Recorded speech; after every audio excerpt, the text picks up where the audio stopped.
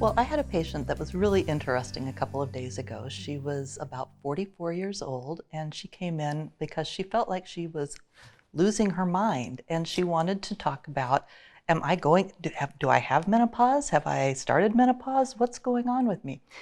And so I talked to her a little bit about some of the things that kind of signify or the things that come about when you start going through menopause, and what the whole definition of menopause is, being the cessation of having menstrual periods for at least 12 months. And she's like, well, I have an IUD and a Mirena IUD, so I don't have periods anymore. And I haven't had periods in like 3 years. So how do I know if I have menopause or not? There are some labs that can be drawn, I know. What do you usually recommend? So, in women who don't have periods because of some reason, whether they've had a hysterectomy or they have a Mirena or they have something that prevents them from having a period, I simply just do a one lab draw that really can help us define whether or not a person is in menopause or not. That's called an FSH, and it's really helpful. And I find that so many women don't know about it. It's interesting. We get so many women who come in to say, I'm feeling off, or my friend told me I should have my hormones checked. And I think that the number one thing that we do when it comes to menopause is really education. And it's amazing to me that women don't know about menopause, or maybe they've heard one story about menopause and that was their mother's and it was horrible and I'm sure it's going to happen to me, and what is it going to be like? That's I get that so many times. And what do you think is your favorite myth to dispel about menopause? Oh, I think that the myth is that I'm never going to enjoy sex again. Yeah. you know, because there is vaginal dryness that's associated with it, and a loss of libido, a loss of desire for a lot of women. Um, Usually that's temporary, is what I tell them, and Mm-hmm. that should come back. And then sometimes just having more time with their partner, and going and moving forward with that. We talk about different lubricants and things that they can use to help achieve sexual satisfaction, that it may take a little longer at this point, but it's more fun just to explore those avenues. Absolutely. I get that same thing with patients who come in and say, Is this it? Is my sexual life over?" And I typically say, well, not if you don't want it to be. Exactly. I think that, another thing that women don't often know is that when you've gone through menopause, it can be harder to achieve orgasm and you need more intensity. And sometimes you need more time with your partner. Like you said, I love that idea of more ways to explore. There are fabulous toys out there that can be used that are not the traditional sex toys, but something that's really built for a woman to help sustain her pleasure. And there are educational opportunities for women who can just understand that their body is changing and how to sort of roll with that change instead of fight it. And I think learning how to communicate with your partner in a new way sometimes really is very helpful too. And Absolutely. getting them more comfortable with, this is what's going on with my body, educating them as to what's going on with their body so that they can educate their partners as well. And it can actually be a better time of intimacy after menopause for many people. Right. Because you throw away all the rules Hmm. that you once had and you're in beautiful new territory. Hmm. Another thing that I think about that patients often come to me with is this idea of, I think I'm going through menopause. Will you tell me what I can expect? And I think that my number one answer is, I don't know what you particularly can expect. And I think it's really hard for women to understand that no two women experience menopause in the same way. So I try to introduce them to this constellation of symptoms that they may have vaginal dryness, that have they may notice changes to their metabolism. Changes to their metabolism will happen, but some women don't notice it. They may have hot flashes, they may not. All of these things can or cannot happen, and in different patterns for different women.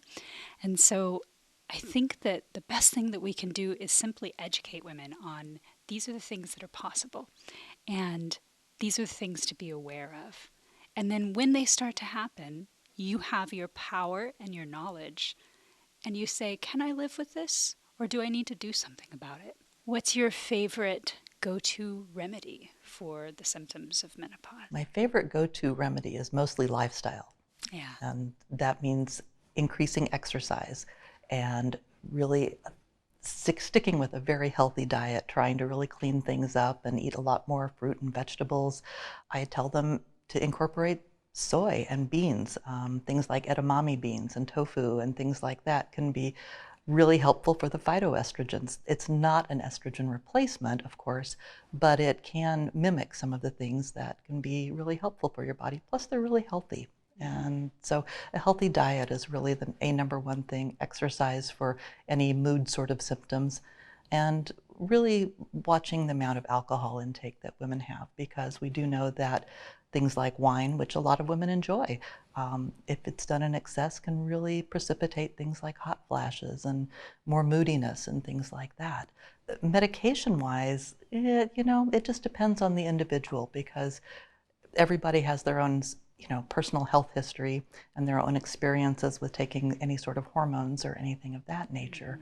So I try to stay as holistic as possible, but there are certainly things that can be taken, or there are topical estrogens that can be used for other symptoms that develop.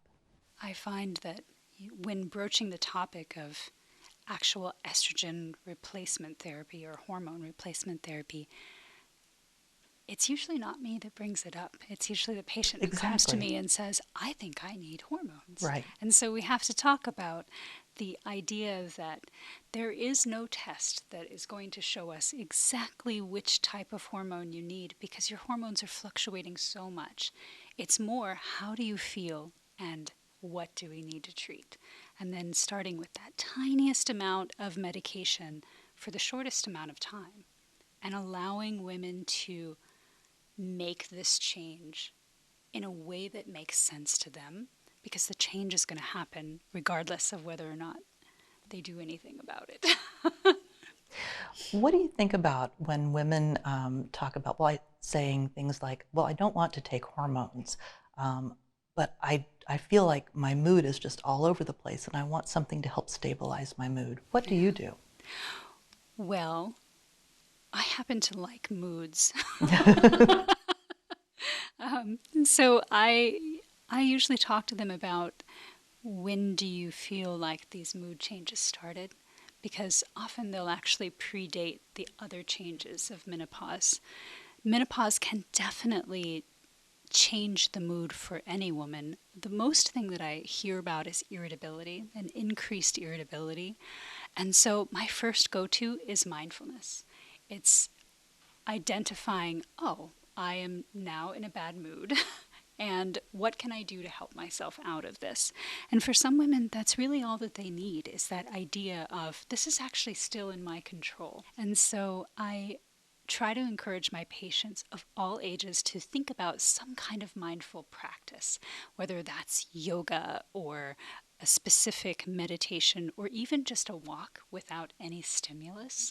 I think that that can be really, really helpful. And then we talk about counseling. We talk about any kinds of therapy and even sometimes medication therapy that can help with moods that really don't have anything to do with your hormone. But since you're going through these hormonal changes, you think it must be the hormones that are making my moods change so much. Oh, what about the idea of perimenopause? Oh, I think it's a little bit harder to it is. wrap your mind around, even for us, let alone somebody who doesn't have the training. Right. Well, I have women like starting in their mid 30s who come to me and say, am I starting menopause? What's this all about? And I tell them, the average duration of perimenopause before you actually stop having periods and have kind of these symptoms that fluctuate and come and go, is about 7 years. And am met with like horror that this is like, Eyes. are you kidding me? I'm going to have to feel like this for 7 years. But again, it comes back to education and letting them know that these are normal changes. These are part of just what happens as your hormones ebb and flow. And, these are methods that you can use to deal with them.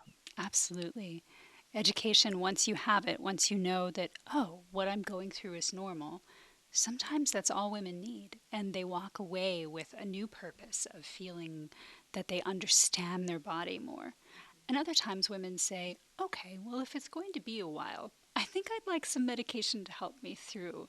And, for women who have not yet gone through menopause but are gearing up to it and their cycles are becoming irregular and things are changing in their bodies, there are some therapies we can offer.